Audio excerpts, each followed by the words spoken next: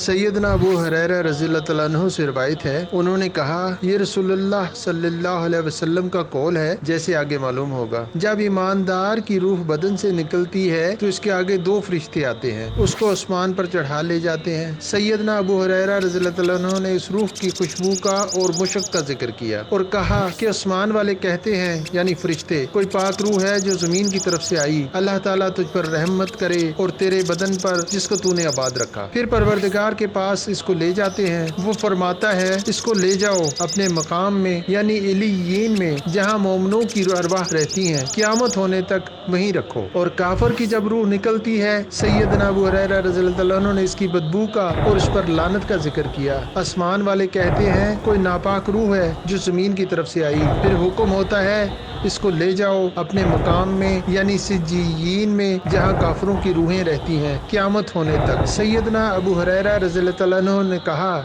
रसूलुल्लाह सल्लल्लाहु अलैहि वसल्लम ने एक बारीक कपड़ा जो आप सल्लल्लाहु अलैहि वसल्लम ओढ़ते थे अपनी नाक पर डाला। जब काफर की रूह का जिक्र किया, इसकी बदबू बयान करने को इस तरह से। सही मुस्लिम हदीस नंबर 7221। अगर आपने अभी तक मेरा चैनल सब्सक्राइब नहीं किया है तो अभी सब्सक्राइब करें।